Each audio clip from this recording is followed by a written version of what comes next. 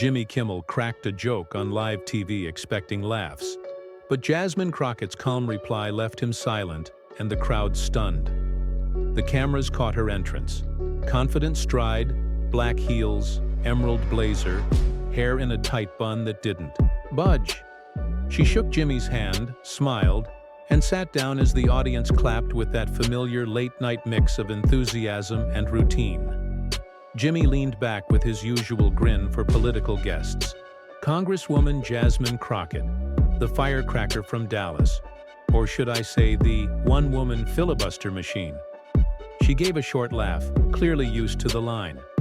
"You can just call me Jasmine," she said warmly. "But I'm nobody's firecracker." The audience laughed, though not quite sure who the joke was aimed at.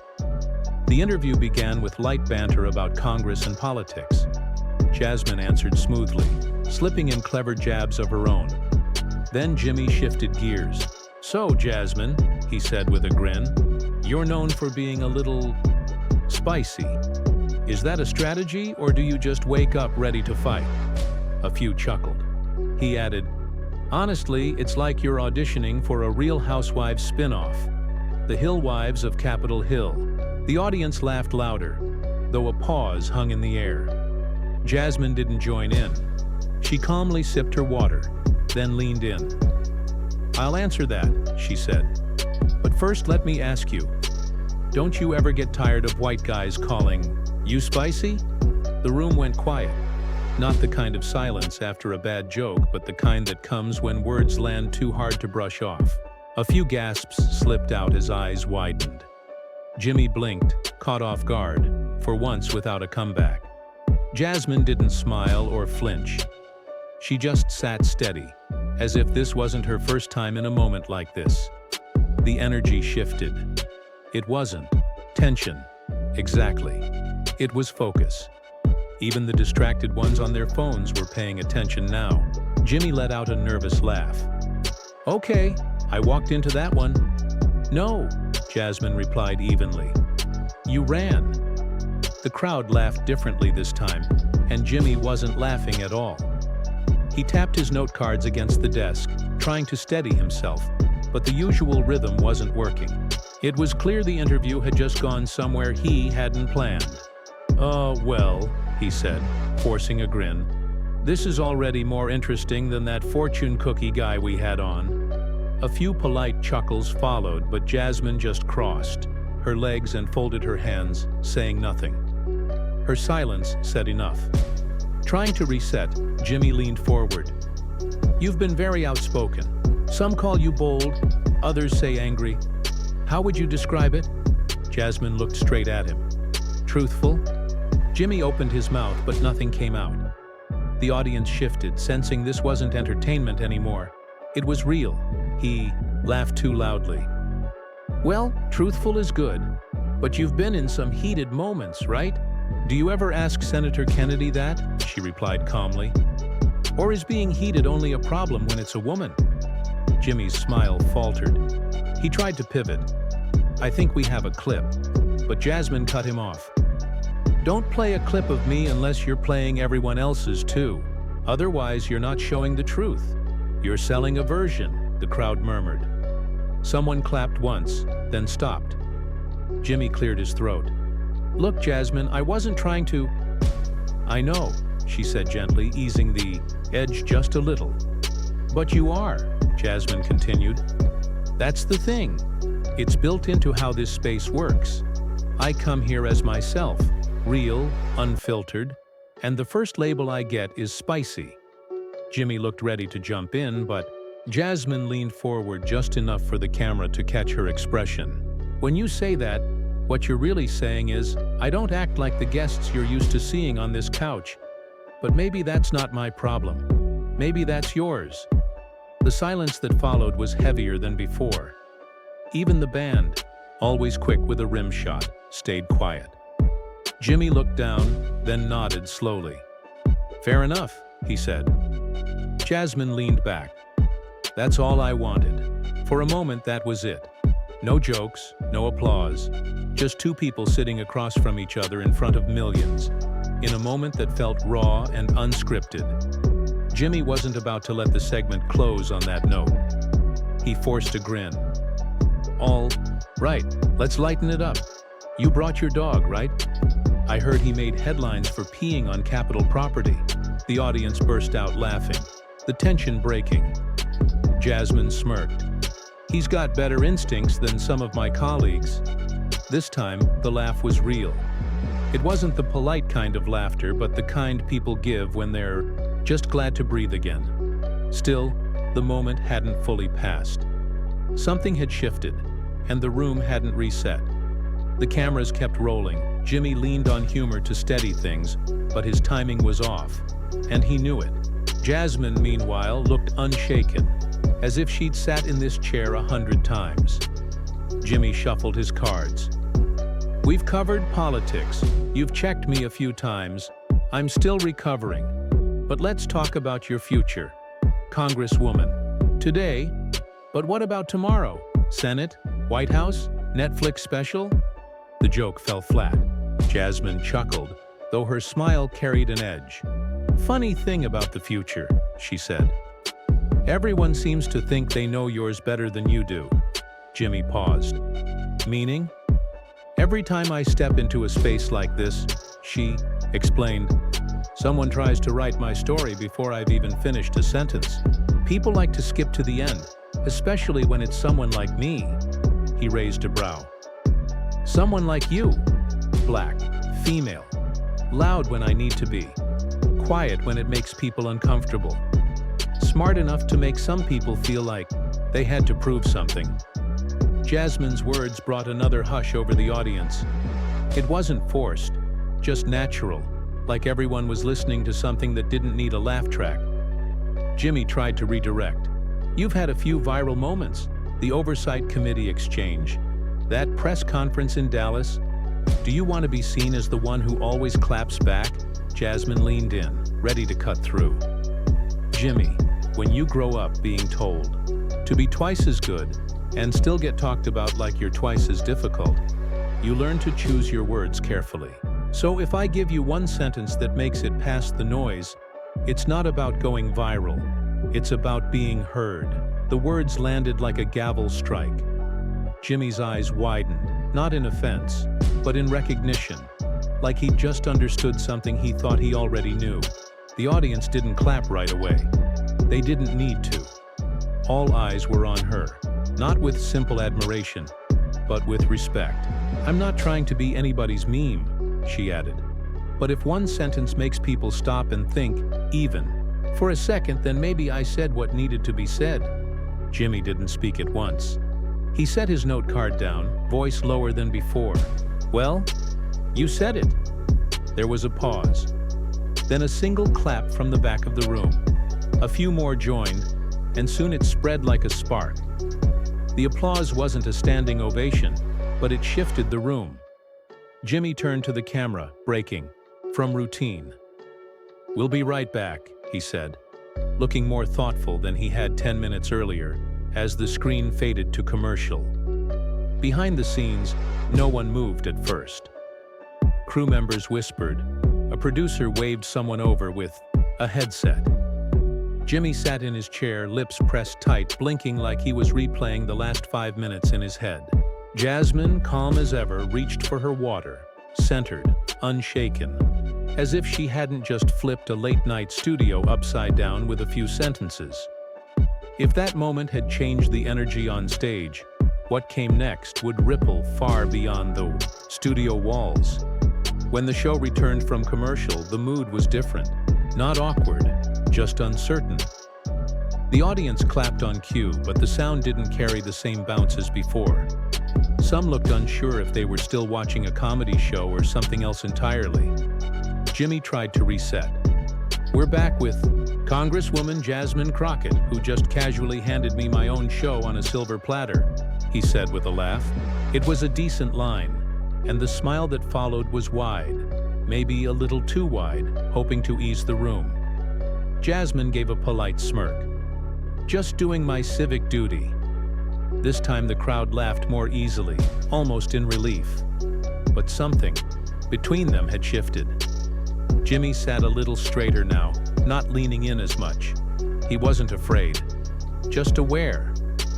Aware that he'd stepped into a moment bigger than both of them. "So tell me," he continued, his tone lighter now. "What's something people always get wrong about you?" Jimmy asked. Jasmine didn't hesitate. "That I came here to play nice." The audience laughed, not because it was a punchline, but because it was true. Honesty on live TV always hit differently. The reaction wasn't about the joke, it was about the release. Jimmy nodded. "Fair enough. And I'll say this. I might not agree with everything you say, but I definitely wouldn't want to debate you without a lifeline and 3 assistants."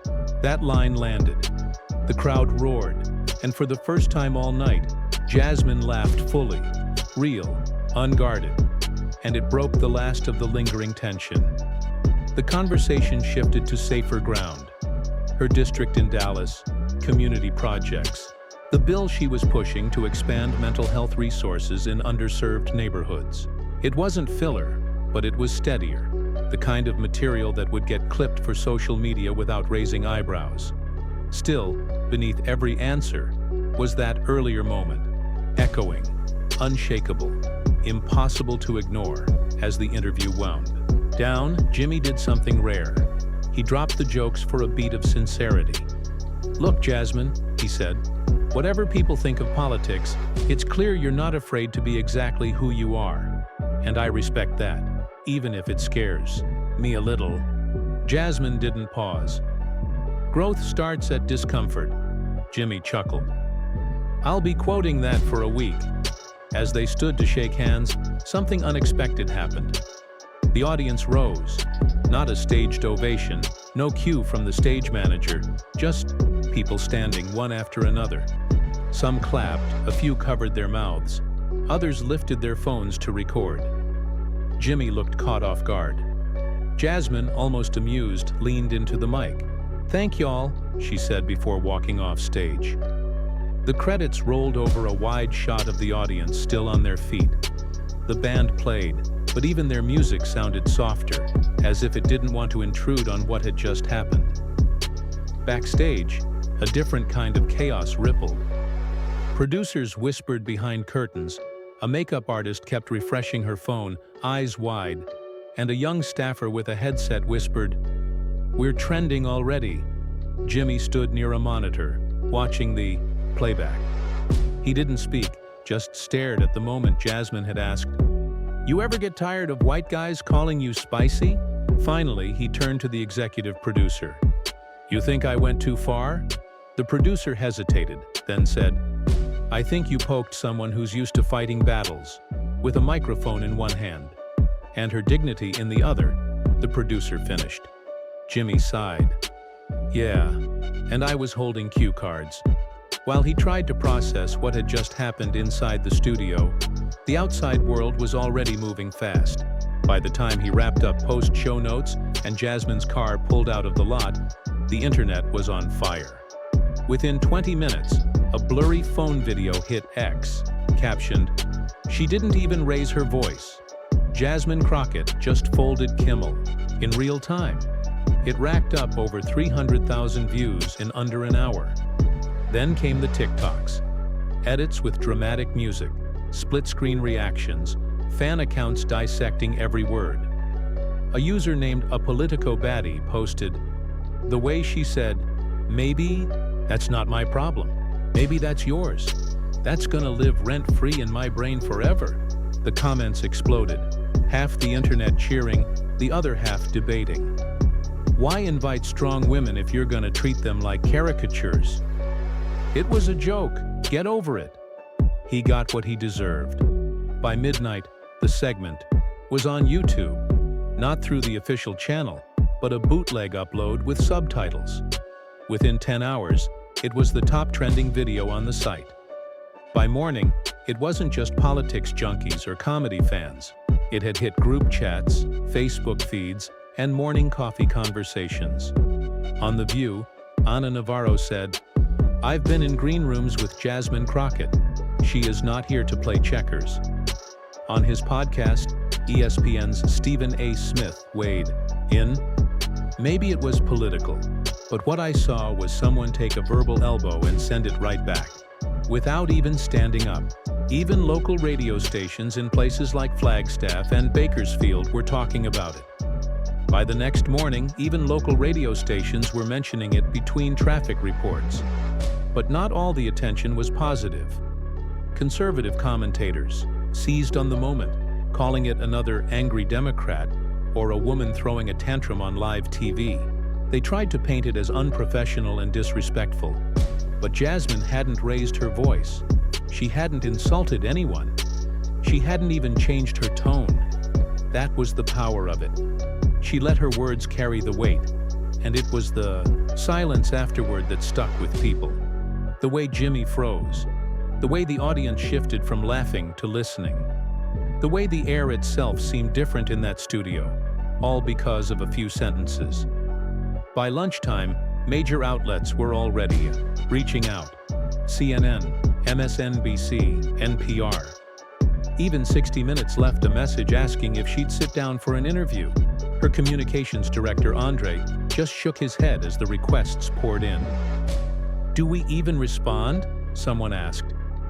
Jasmine glanced up from her phone. "We don't need to. Not even a tweet." She smiled. "I already said what I needed to say." That line became its own headline. Jasmine Crockett responds to viral interview. "I already said what I needed to say." Support flooded in from unlikely corners. Young activists praised her clarity. Older voters respected her restraint. Celebrities joined in. Ava DuVernay called her unshakable. Kerry Washington reposted the clip with a single word: respect. Eventually, Jimmy Kimmel's camp released a quiet statement. Through a spokesperson, Jimmy released a statement. It wasn't an apology, but it wasn't a defense either. Just a few lines saying he appreciated Jasmine's candor and believed in honest, tough conversations. Some called it weak, others said it was enough. While the internet dissected every angle of the exchange, the bigger story was still waiting to be told. The reason that one sentence carried so much weight in the first place. Long before the memes, the headlines, and the awkward late-night applause, there was a girl in East Dallas, sitting in the back of a classroom with her hand raised too often. Jasmine Crockett was that kid, the one who always asked the questions teachers didn't want to answer, the one labeled difficult for wondering why the library had outdated books, or why history lessons never included people who looked like her. Her mother worked nights as a nurse at Methodist Dallas Medical Center. Her father ran a small auto shop that always seemed open. They didn't have much, but they gave Jasmine safety, stability, and the space to be herself. What they couldn't always give was time, so she learned early how to hold her ground. She wasn't loud, not at first, but she was precise. If someone tried to box her in, she'd ask who built the box, and why it only seemed big enough for one kind of voice. By college, at Prairie View A&M, Jasmine chose political science. In college, Jasmine worked a second job at the campus help desk, and on weekends, she lived in debate halls, often going up against competitors with more polish, more money, and better connections. What she carried wasn't flash, it was fire. Not the kind that burns out quick, but the steady kind that never stops glowing. Law school sharpened her edge. Public defense work showed her injustices that didn't come with hashtags or headlines. She sat across from mothers begging for help in courtrooms that barely pretended to listen. Nights stretched into mornings as she wrote motions in a buzzing one-bedroom apartment in Duncanville. And every time she spoke up, someone had a label for her. Aggressive, too passionate, difficult. Every time she stood, someone hinted she'd go further if she just smiled more.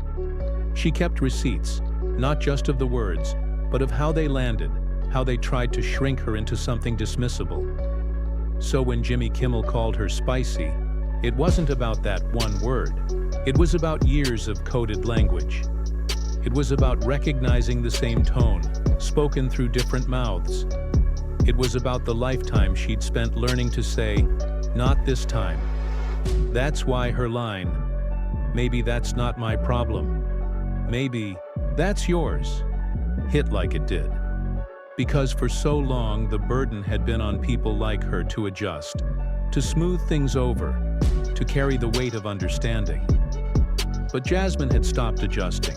She chose precision over politeness, grace over appeasement, proving you can correct someone without tearing them down.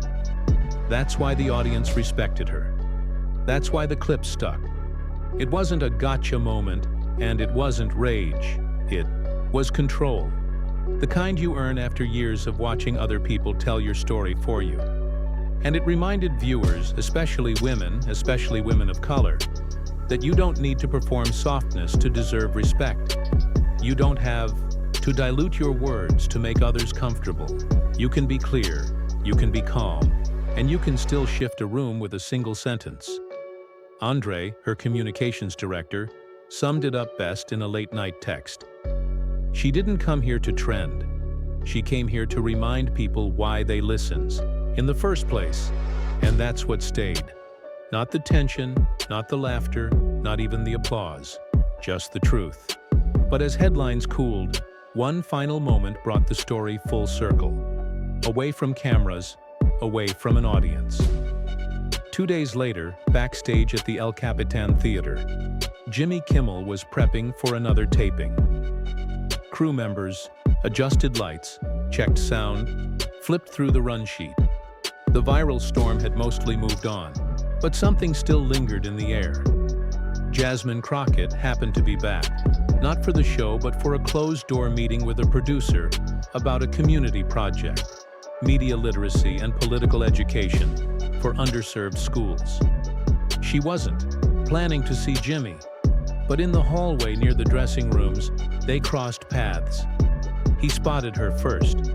For a second, he hesitated. Then he stepped forward. "Hey," he said quietly. Jasmine looked at him, neither cold nor surprised, just present. "Hey." He paused, choosing his words, not to sound right, but to not waste her time. "I've been thinking about what you said that night," he admitted. She gave a small nod. "I got comfortable," he continued. "Too comfortable. Forgot that being funny doesn't excuse being careless." "You're not the first," Jasmine said evenly. "You won't be the last." "I know," Jimmy replied, "but I don't want to be either of those things." A beat of silence. Then Jasmine softened, just slightly. "Then don't be." Jimmy exhaled, like someone had been holding his breath for him. "Thanks for not torching me," Jasmine smirked. "I don't torch, I clarify." This time Jimmy laughed, really laughed. And in that hallway, the lights, the weight, the tension, it all felt lighter. No cameras, no applause, no dramatic edits. Just two people meeting in the middle. Growth, the real kind, doesn't always come with a spotlight. Later that week, Jasmine spoke at a high school in Tulsa. A student raised her hand. "How do you stay calm when people try to make you small?" Jasmine didn't hesitate. "You don't give them the power to define you," Jasmine said. "And you remember, there's nothing louder than grace." That line ended up in a school newsletter. A teacher printed it out and pinned it to the wall. And maybe that's the real takeaway here. Standing your ground doesn't always mean shouting. Sometimes it's simply knowing who you are when someone tries to reduce you to a soundbite. It's letting your words carry weight, not because you raise your voice, but because you mean them. Jasmine didn't win an argument that night on Kimmel's show. She didn't destroy anyone. What she did was hold space. For herself, for every woman who's been dismissed, for every young person told to tone it down, for every person labeled before they had the chance to speak. And in doing so, she reminded us all, you don't have to shrink to be seen. You don't have to clap back to be clear. You don't have to fight dirty to earn respect. Sometimes one well-placed sentence can shake a room more than any performance ever could. If this story made you pause or reflect, don't keep it to yourself. Share it, speak up, and hit that subscribe button. because stories like this aren't just entertainment. They're reminders, and we need more of them.